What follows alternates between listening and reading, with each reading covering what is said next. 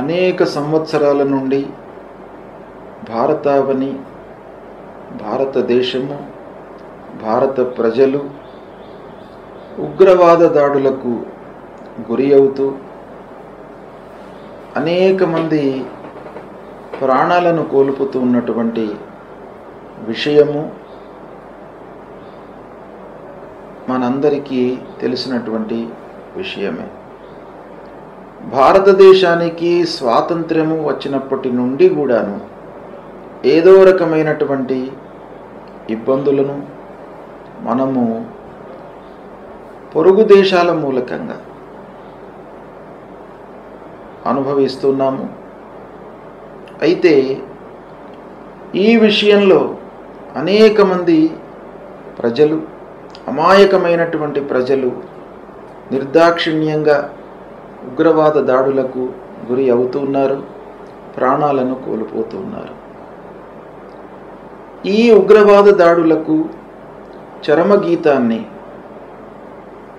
పాడాలి అనేటువంటి ఉద్దేశంతో అనేకమైనటువంటి చర్యలను భారత ప్రభుత్వము అనేక సార్లు తీసుకోవడం జరుగుతూనే ఉన్నది.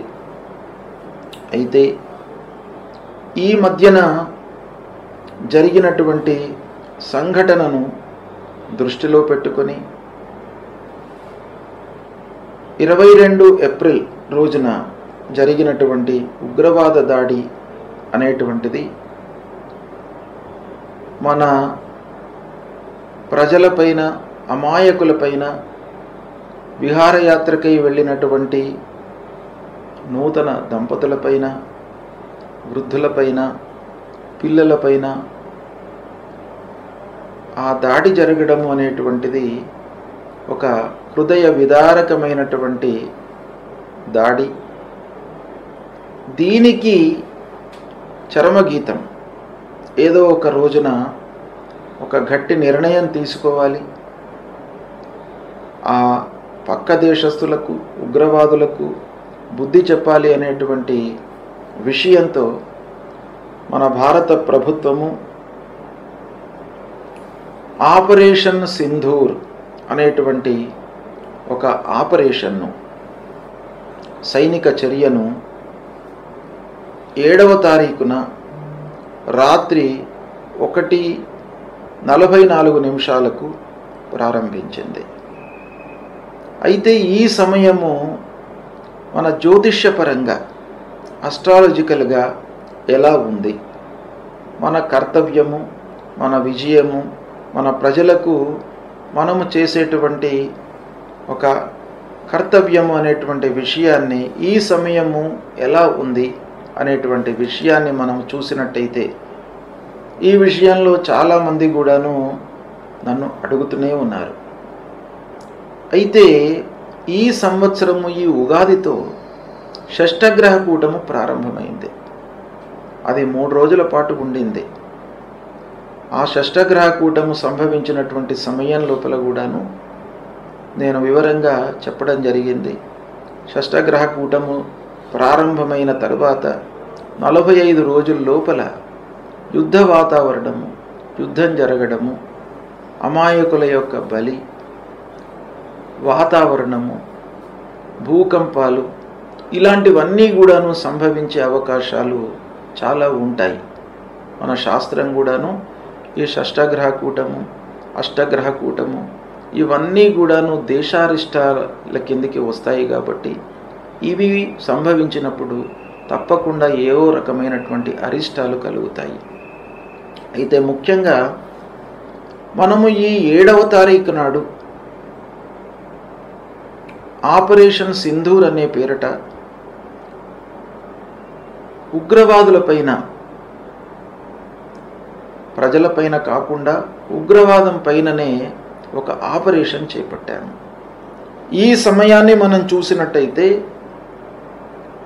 1:05 నుండి ఈ సైనిక చర్య అంటే ఈ ఆపరేషన్ ప్రారంభమయ్యి 1:44 ఆ ప్రాంతంలో 9 ఉగ్రవాద స్థావరాలపైన అటాక్ చేసినట్టుగా మనకు భారత ప్రభుత్వము న్యూస్ మనకు తెలియజేస్తుంది.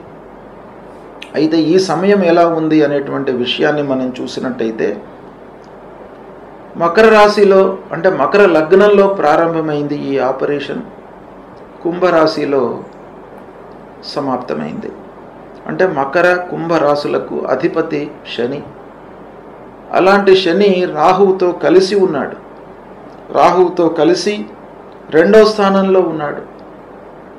ఇది రాహువు శని యొక్క యుతి యుద్ధానికి సంకేతం. అయితే ఈ రాహువు శని యొక్క యుతి 18 శని మనకు ఆల్రెడీ మీనరాశిలోకి వచ్చాడు. రాహువు మీనరాశిలో ఉన్నాడు. 18 మే వరకు ఈ 2 గ్రహాల యొక్క యుతి ఉన్నది.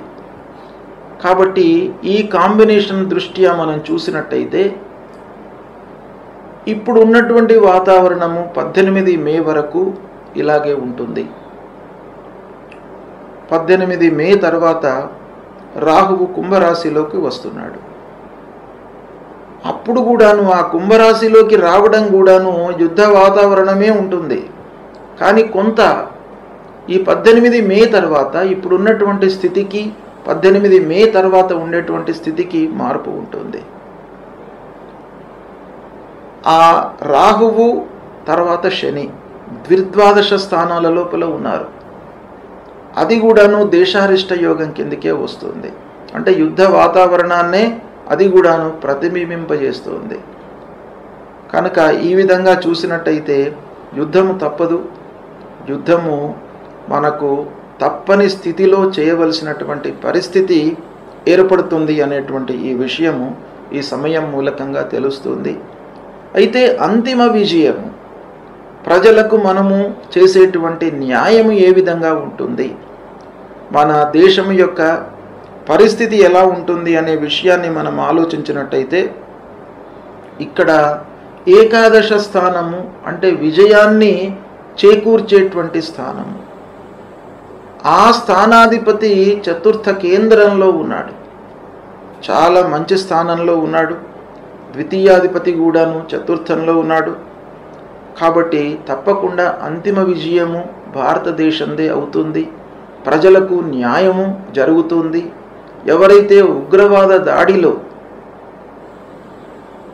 బలవన్మరణము దేశాని కొరకై బలవన్మరణము చెందినారో, తర్వాత ఎవరైతే జవానులు అహర్నిశలు మన దేశం కొరకు కష్టపడుతూ వాళ్ళ ప్రాణాలను కోల్పోయినారో, అలాంటి వారికి ఈ విజయము అనేటువంటిది అంకితమయ్యి మన భారతదేశము భారత ప్రభుత్వము ఈ దేశంలో ఉన్నటువంటి ప్రజలందరికీ కూడాను అంతిమంగా విజయము చేకూరుతుంది అనేటువంటి విషయం మనకిక్కడ ఈ సమయాన్ని బట్టి చూస్తే మనకు తెలుస్తుంది.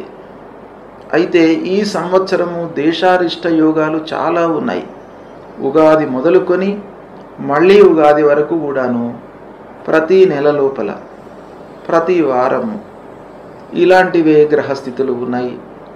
శని రాహువు ద్విద్వాదశంలో ఉండడము, ముఖ్యంగా ఈ సంవత్సరము గురువు రాశిత్రయ సంచారం జరుగుతున్నది.